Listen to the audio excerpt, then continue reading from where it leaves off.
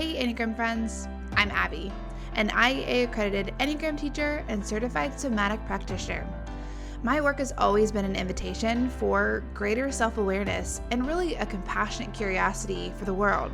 And I offer that invitation through corporate Enneagram workshops, private coaching, and educational resources like this podcast. In this season of the podcast, I'm inviting fellow Enneagram teachers, authors, and practitioners into the podcast space to share with you about personal growth, all through the lens of their personal type structure. In today's episode, I share a conversation with Natasha Smith about her experience in personal growth as an Enneagram Six. Let me share with you just a little bit about Natasha before I invite you into our conversation. So Natasha describes herself as a multi-passionate realtor turned online entrepreneur. She's a certified Enneagram coach, and she loves using the Enneagram to help her clients hone in on marketing efforts that will actually move the needle based on their personality and the personality of their dream clients. Natasha shares lots of things, a wealth of information, but one of the things that I really love about our conversation is that she describes her experience of not fully resonating with the fear or the anxiety as it was described in that type 6 structure when she was first learning about it, until she dug in a little bit deeper and had a better awareness of what that looked like in her own context. And I think it's a really valuable conversation and a really valuable insight that she shares. So I hope that you'll listen in with curiosity and compassion, whether you lead with type 6 or you're in relationship with Enneagram Sixes in your life. Well, thank you, Natasha, for being here. Thanks for saying yes to being on the podcast. And also thank you for saying yes to sharing about your personal growth as a 6. We're excited to hear from you. Yeah, I'm excited to be here. Thanks for inviting me on. Yeah. So again, as we think about this series, it is all about personal growth, through the lens of your type structure. And so you don't need to feel like you have to represent all 6s across the world. But it's been really a gift to get to hear from Enneagram practitioners, who can articulate their personal experience, as long, they could talk about all the 9 numbers, but really talking about your own number with a lot of nuance and really helpful language in explaining that type structure. And so thank you for being a resource and sharing that. Absolutely. So, let's start though, just kind of at the beginning of, how did you find your type? Did you land on 6 right away, or did you kind of stop along the diagram as you were discerning? So what was that process like for you? Yeah. So I was introduced to the Enneagram actually in counseling. And so she basically said, hey, I'm learning about this Enneagram thing. Take a test. And when you come back, we'll talk about it. And so I went and took the test, and I was like, my husband and I both did. And his made 100% sense. And he's like, oh yeah, 100%. I'm type 3, blah, blah, blah. And I took it and I got type 3. And as I was reading through some of it, and I was like, yeah, but no, yeah, but no, yeah, but, and it just was like, I want to find myself in this too. So then the journey of just deep diving into the Enneagram started. I started reading everything I could, listening to all different podcasts, YouTube, anything I could do to consume this, because I was now like, it said I was this, but I'm not. I want to figure it out. And it wasn't until I read The Complete Enneagram by Beatrice Chestnut. It's an amazing book. And when she talked about 6s, I just cried, because I was like, she is reading my mail. How does she know me that way? We've never met. How can she talk about all these things that like literally go inside my head and put it into words? And I was like, oh, this is it. I got to learn more. I got to figure this out. It was just such a, like, someone, I can know myself in that way was just huge for me. Yeah, for sure. So thinking back to that earlier period of learning your type, like what were some of those pieces that felt like she's reading my mail? Like that felt like this is just true. Yeah, a lot of the childhood wounding type of things really resonated. In the anxiety, I always have had anxiety, but I never knew it was anxiety. Growing up with a father who was an alcoholic and had severe anxiety, I always thought anxiety was debilitating. You couldn't leave the house if you had anxiety. So I'm like, well, I can leave the house. I must not have anxiety in the same way. But the way my brain would look for those scenarios and look for those pockets of unsafeness, I guess you could say, that I was looking to try and not get around or not be around and make sure everyone was safe, was there from like 5 on, if I go back. And so when I listen to some of that and like, okay, anxiety might be like this to you. These are the words you say to yourself, or this is what you're looking at. And as I explored that, I was like, oh my gosh, I've had anxiety my entire life, but didn't think of it that way. And even as in middle school or high school, I should say, I used to tell myself, you're not nervous, you're excited. And so I would flip it on myself so that I wasn't, so that I could do what I needed to do. Otherwise I was like, oh, this is not going to go well. Yeah, for sure.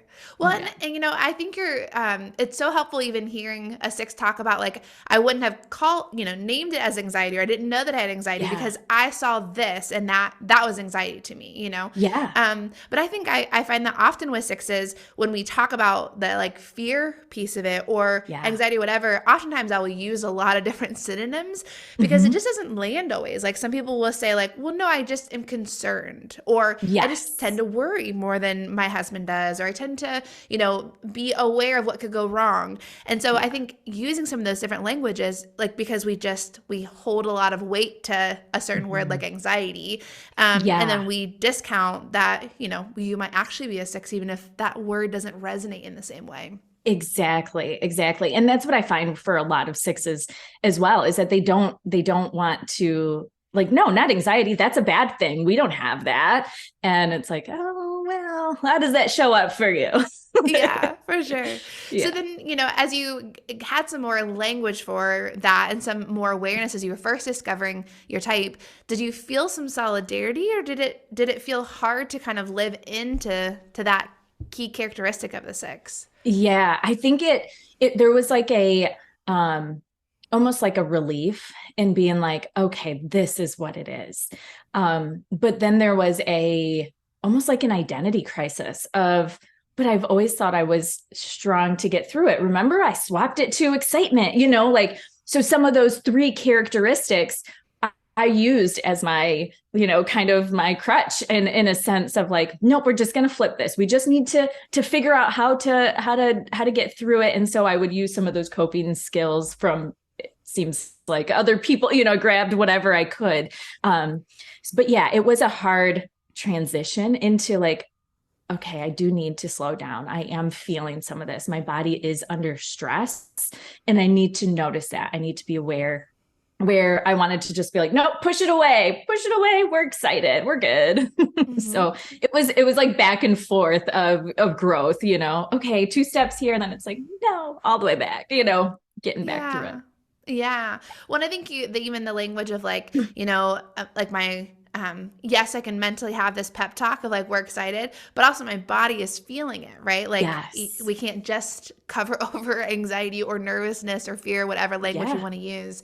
So, whether that is in that season or even now, like what happened, some of your practices and some of the ways that you've helped to like balance out that reactivity of hypersensitivity towards, what could go wrong, or the hypervigilance of the type 6 structure.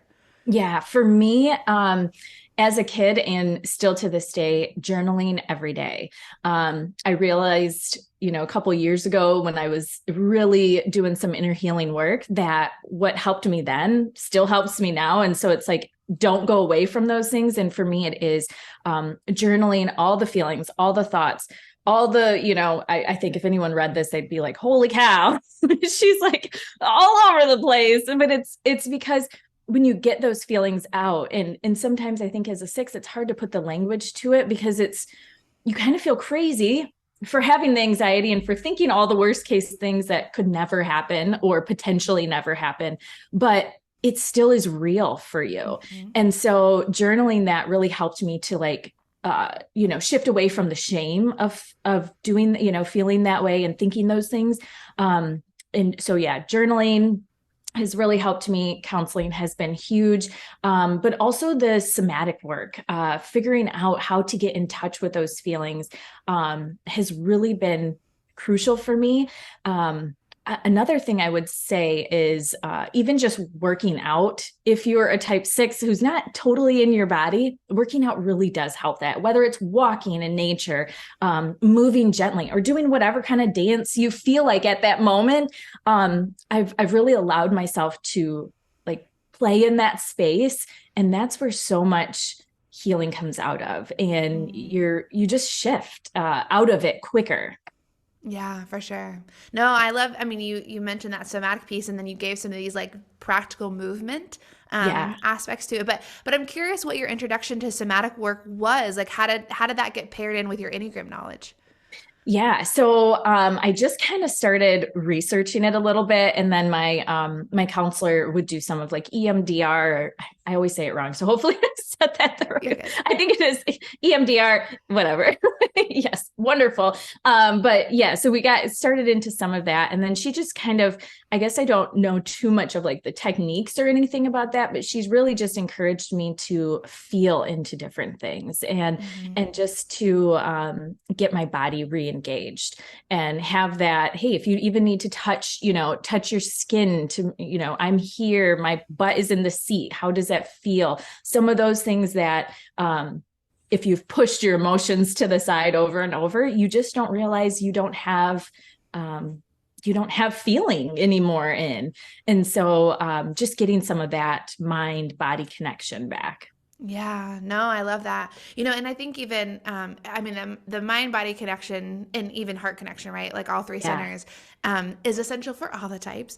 But I think especially as we think about that type 6 structure, because of that head triad, it's almost like sixes are so good at logicking their way out of why they shouldn't be afraid or why they shouldn't be concerned, right? But then your incredible amount of logic then reminds you why this is actually concerning and this is something to worry about, right? And so like sometimes I feel like you see the like head heart loop or the like, thought, I have a thought and I go do it. But with sixes, it's like I have a thought and then I think about the thought and then I have another thought and I think about the thought. And like that is really hard on your system if you can't pull some other, resources online of moving that through your system or even accessing like, well, how do I feel about these racing thoughts and these like really scary thoughts, right? Like you can't help the thought you have. And that causes an emotion and it can feel really scary to think about the doomsday or whatever worst case scenario came up. Yeah. Absolutely. Yeah. When we think about even some of the pieces you mentioned of like walking and like I think sometimes when we talk about somatic integration or even like movement, we have sometimes these like, oh, I have to set aside all this time to do that, or I have to like escape away on a retreat to figure that out, or I have to find like a yoga teacher or whatever it is. And not that those things are bad, right? But it can be just as simple as like moving and walking and, when you have the urge to dance, just being silly and dancing for a moment. And those are really also simple ways of like completing that stress cycle in our body, Absolutely. Like part of the work that I do is helping people like with somatic integration, just completing that stress cycle. And some of those things is just like letting our body know that we're okay again, so that it's not just the buzzing thoughts. Yeah. And I think that is huge, huge, huge for a 6. And when I first got into knowing about the Enneagram and just my healing journey in general, that the knowing that you have those thoughts, knowing what to do with them, and just having that awareness to step back and view them without the shame, without all of the, especially for a 6, all the crazy words that you want to say about it, and how your brain kind of just goes into, well, what does this mean then? Oh my goodness. And this and that and the other thing. And just really, relaxing that and letting it go a little bit. Yeah. You've mentioned a couple of times as you've talked about, the thoughts that this feeling of shame comes online after that, as you realize the thoughts or maybe realize the extent of the thoughts. Will you share a little bit more of like what is it that unsurfaces that shame? Yeah, I think because of, and again, and not want to say everything for 6s, but for a six that overthinks all of those little tidbits, we can forget that we have shame underneath a lot of that. Shame that we overthink, shame that we can't get into action as fast, sometimes because of the overthinking or because of the worst case scenario or needing that safety.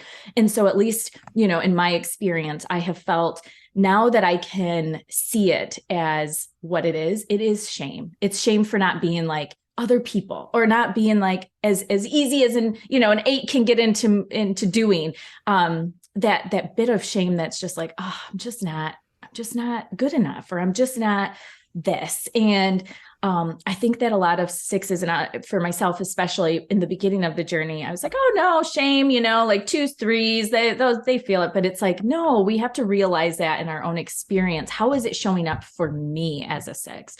And once I started noticing that, I can lessen or loosen the grip on that and let that grace and compassion that I have for so many other people shine through for me.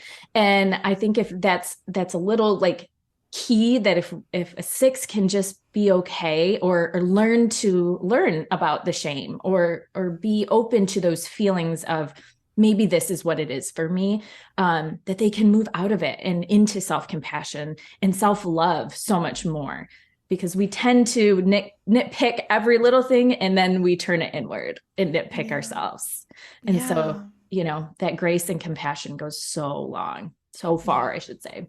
Yeah, for sure. Well, I think even, you mentioned this idea of like just bringing some awareness to it. I think when we talk about like resolving an emotion, or, I was using the language of like metabolizing an emotion. Mm-hmm. Sometimes it just feels like, well, how in the world am I supposed to do that? Like, no one taught me how to do that, right? But just a very simple practice is just bringing some awareness to it happening in real time and just naming it of like, yes, I feel shame about this, right? Yeah. I mean, it's amazing how much it will dissipate and move through your system by just naming it. Yes, I have found that to be so key. And also, I just say to myself, even if I notice it, like driving, sometimes I notice it, especially when the weather gets bad and you're like, oh no, I can see that truck flipping and then it's going to head over here and the whole thing. I just basically am like, you start to see it, you start to notice it. And then I'm like, this is hard for me. I literally will just say out loud or in my head, this is hard for me. I'm doing it again. How can I flip this? How can I flip this and see the positive? What if I get there safe? What if nothing happens and I hear my favorite music on the way there and I just have a great time and totally shift myself? And that has been crucial, in the moment. But it takes so many steps, so many little tries, over and over and over again. I don't want to say it's easy, because I used to think, oh, okay, you do it a few times and you got it. And it's like, no, it's that practice over and over and over, so that now I can see, oh yeah, I'm nervous before it even kind of starts. This is where I could be. Let's just talk about it. Let's get it out of the way. We're good. Now we can walk through it. Yeah. Well, and I, when you offer that language of like, this is hard for me, right? Like, I can feel that in my system, just an incredible amount of compassion that you're offering yourself in that moment of just naming, like, this is just hard for me. Like, and that just is, I think sometimes, we are so incredibly hard on ourselves in a way that we would never be if a friend was sitting next to us sharing all these racing thoughts that they're having about whatever is in front of them. Like that would be the kindness that we offer of like, man, this sounds really hard for you right now, but exactly. It's a practice to learn to offer that for ourselves. Mm-hmm. Yeah. Love it. When you are, we're like first learning about the Enneagram and kind of like living into type 6. I feel like I often hear 6s refer to the skepticism of the 6 very differently. Sometimes people are like, oh, I'm a total pessimist. Like, that's just true. Where other people are like, no, like, I feel like I actually want things to go well. I just don't know that I believe they will, right? Like, I'm an optimist. I just like am a realist too. So I would love to hear from your experience, some of that, like the skepticism part of the type 6 and how that landed or lives with you. Yeah, I definitely had a lot of that learning about, this type structure, even, the skepticism came in. Where did this come from? Who says that it should go this way? And why doesn't it pop up with the right number the first time? Like, here I took it a few times, the test a few times, and then I realized, just depends on where you're at. But that skepticism really, really impacts, I think, especially in the beginning, that growth, and even getting into the type structures and learning about not just the 6, about different ones as well. I mean, that's how I started. I didn't even, look at the 3 that I had first typed as. I was like, nope, I want to know the whole thing, and then I'll decide. Mm-hmm. Yeah, for sure. What I think even, it becoming a hindrance to even starting growth. And sometimes it's because it's like, I don't buy this system, and that's okay, right? I'm not like an Enneagram evangelist. Like, I don't need everyone to be on board with the system. But I do think there is, as I interact with 6s, whether that is in a workshop space, I teach in a lot of corporate workshop spaces. Mm-hmm. And so, there's always a healthy level of skepticism of like, this lady came in and now she asked us to talk about her feelings and all the things. This feels awkward. Mm-hmm. But I do think in the individual coaching spaces I've had with 6s, there is almost this, I think, this image of like keeping it at an arm's length, whether that is like the work or the potential or even the practitioner.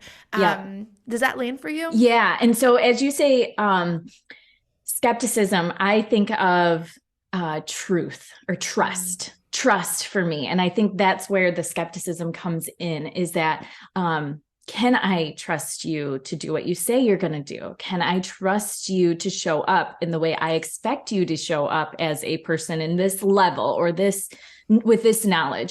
And that goes for everything in life. Can I trust you? And so for me, trust, safety, those are those big ones. And I'm always looking for that. Do you feel safe? Do you, does this even system, does being as type 6, is that okay? Is that not okay? What does that look like? Especially at the beginning of the journey. But that trust piece is a big one, and where we look to see where the holes are, where the holes potentially could be. And then I'm kind of matching you towards my ideal or what I think you should be compared to what you're showing.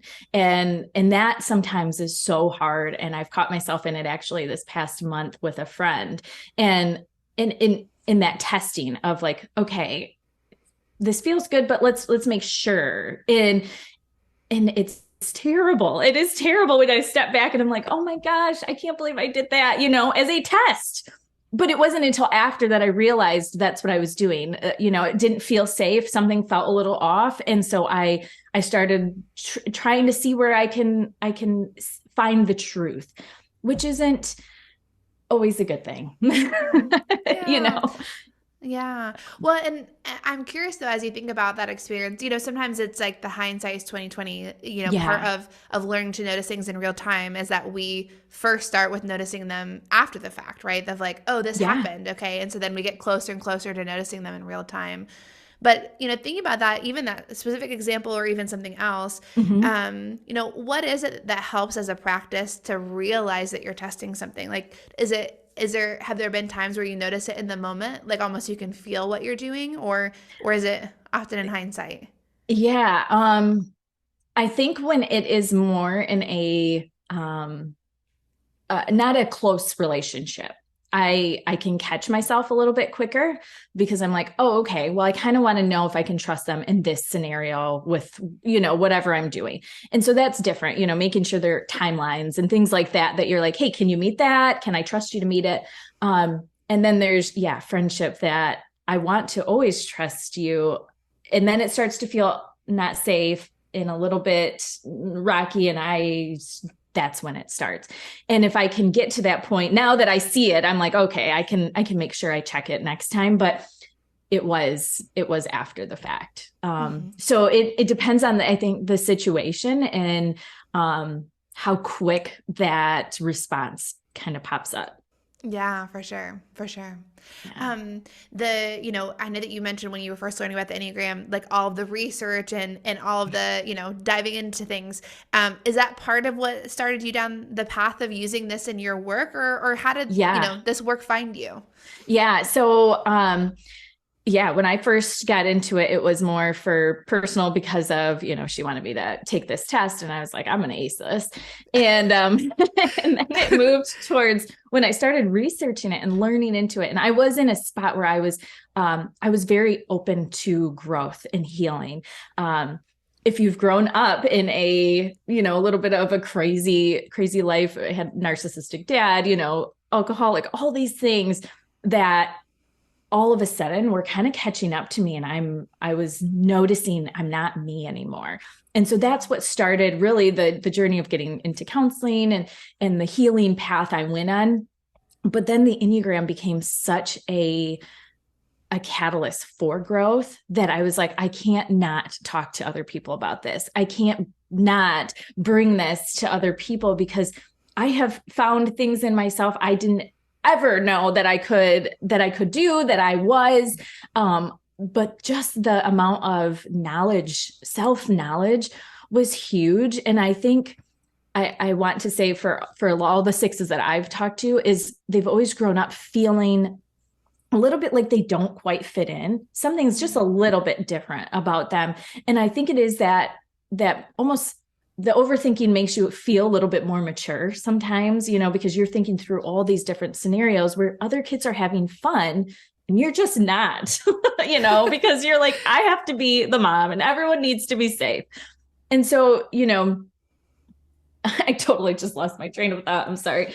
No, you're totally fine. You're just talking about like what brought you on this path towards moving to putting this in your work. Yeah. And so, yes, sorry about that. So You're going okay. back to that, just realizing that I didn't have access to these words, to these feelings, to these emotions until I started doing the research and finding out about me, and like, oh yeah, that does match up. Oh yeah, that does match up. And how did how did I experience that? What was my experience in this? I'm reading somebody else's, experience, but how is mine similar? How is mine different? So just, giving you all that language was so vital to me that I couldn't not share it with with everyone else. And it's gone a bunch of different ways with the Enneagram and coaching and helping different people, but that's it at its core. I just want people to see the potential in themselves. Mm-hmm. And if this system can help them discover it, for sure, jump in. Yeah, for sure. I know you said there's been lots of different ways this has impacted your work, reiterations probably of your coaching, but what is your practice and the work that you do now? What does that look like? Yeah. So I kind of moved away from the coaching as personal development. I did get into debating if I was going to go into counseling going to be a counselor and a therapist. And although I love that aspect, business and using profiling and marketing and sales and personality, with their marketing and how you structure your your calls and your discovery calls, all sorts of different things, is kind of how I've been using it now. And it's just fun, it was one of those natural progressions that I ended up getting clients that were talking about business. And then we talked, did personal coaching and then kind of went into business coaching. And so that's how it's kind of evolved. So although I'm not just doing, the personal development work, there's always that, right? It's always included in just always a part of it. Oh, for sure. I know the language I always use is like, we're human beings that go to work. And so, of course, we're going to talk about your humanity, even if this feels like a professional coaching call. Yeah. Because like you're a human being that showed up there, and so your personality came with you, and that is a very personal thing, even if it shows up at work. So, yeah. So, in this season, how can people be connected to the work that you do or join into what you offer in your practice? Yeah, I'm rebranding, redoing a bunch of stuff right now on the back end. So, but feel free to hit me up on Instagram is where I'm usually on. And email, they can always email me at natasha@radiantlyflourish.com. And then Radiantly Flourish on Instagram as well. Okay, awesome. So, and in this season, it's a lot of individual coaching still, or is it group coaching for people that are entrepreneurs? Yeah. What's kind of your target people that you're drawing in? Yeah, right now it is more group, going through your ideal client avatars. As whatever type you are, we're finding out what type you should attract in your marketing. So it's very personal. You're doing it for who you want. And it doesn't mean we're not going to, not get a bunch of people. It just means that our words that we're speaking are going to a targeted person, and we get a bunch of other people too. But then you get, if your target person is a 6, you're talking to that person all the time, and that person so intently that it just brings them in wonderfully. And that's what I've been doing with my work, and it has worked wonderfully. I work with people that I love every single day. Oh, I love that. No, that's so great. When I think, it's, as I've been talking with different practitioners and coaches, it's amazing how on the outside, the label might be oh yeah, I'm a certified Enneagram coach, but what you do with that knowledge and where it takes you, it's pretty amazing. All the, the little niches that everyone has. So that's really cool too. Yeah. Mm-hmm. Well, I know that we could talk forever, and we've only talked about one type, but thank you for saying yes. Thanks for being willing to share and talk through your experience. I've gotten just so much positive feedback about this season. And I think it really is that, a lay person, an average person can talk about their type, right? Yeah. But there's just something really special when an Enneagram teacher that can really articulate some of the nuances and give some very specific language rather than generic languge. Yeah. It's just so helpful, and it's such a great resource. So thanks for being willing to offer that and share. Yeah. Thanks for the invite. I had so much fun talking about just type 6. It's not normal, usually you go on and talk about all the types. So it was really special to be on. Hey, Enneagram friends. Thanks for listening into my conversation with Natasha Smith. I hope that you are taking away just as much wisdom and compassion and kindness for Enneagram 6 that I am. If you found this episode helpful, would you do me a favor and share it with a friend and subscribe to the podcast so that you could hear the rest of the episodes this season? That's a great way to share this resource and to grow the community and the conversations around the Enneagram. Okay, friends, until next time.